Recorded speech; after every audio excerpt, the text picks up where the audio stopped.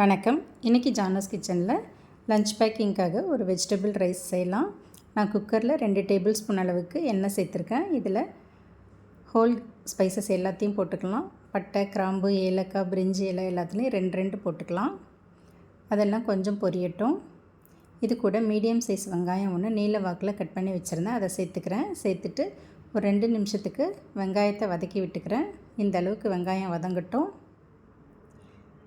இப்போ இது கூட காரத்துக்காக 3 பச்சை மிளகாய் சேர்த்துருக்கேன். பொடியாக நறுக்கின கேரட்டு ஒரு கைப்பிடி அளவு, அதே மாதிரி பீன்ஸு, உருளைக்கிழங்கு, பச்சை பட்டாணி இதெல்லாம் ஒரு கைப்பிடி அளவு சேர்த்துருக்கேன். சேர்த்துட்டு ஒரு 2-3 நிமிஷத்துக்கு இந்த மாதிரி வதக்கி விட்டுக்கிறேன்.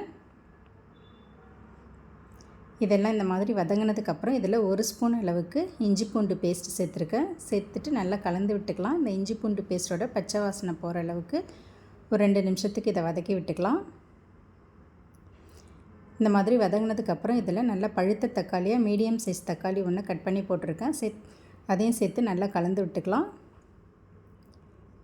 இந்த மாதிரி கலந்து விட்டுட்டு இதில் கொஞ்சமாக புதினாவும் கொஞ்சம் கொத்தமல்லி தழையும் சேர்த்துருக்கேன்.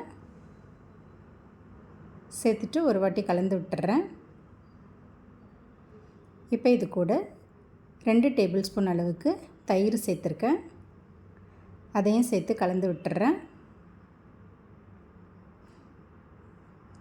இப்போ இதில் டேஸ்ட்டுக்கு தகுந்த மாதிரி உப்பு சேர்த்துக்கலாம். 2-3 சிட்டிகை மஞ்சள் தூள் சேர்த்துக்கலாம். காரத்துக்காக 1 ஸ்பூன் அளவுக்கு வரமிளகாத்தூள் சேர்த்துருக்கேன்.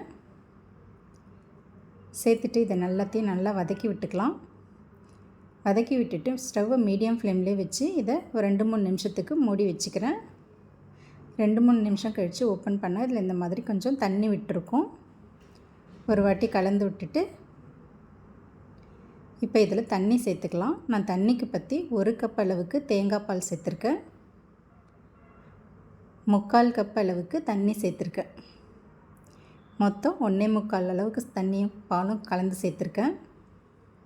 இப்போ இதெல்லாம் கொதிக்கட்டும். இதை மூடி வச்சுக்கலாம்.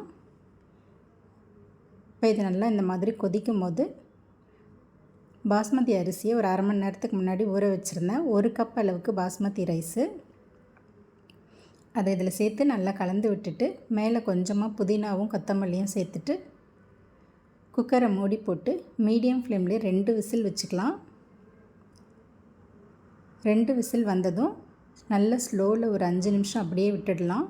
அதுக்கப்புறம் ஸ்டவ்வை ஆஃப் பண்ணிவிட்டு ப்ரெஷர்லாம் போனதுக்கப்புறம் இதை ஓப்பன் பண்ணிக்கலாம். நல்லா பொலன்னு வெஜிடபிள் பிரியாணி ரெடி ஆகிடுச்சு.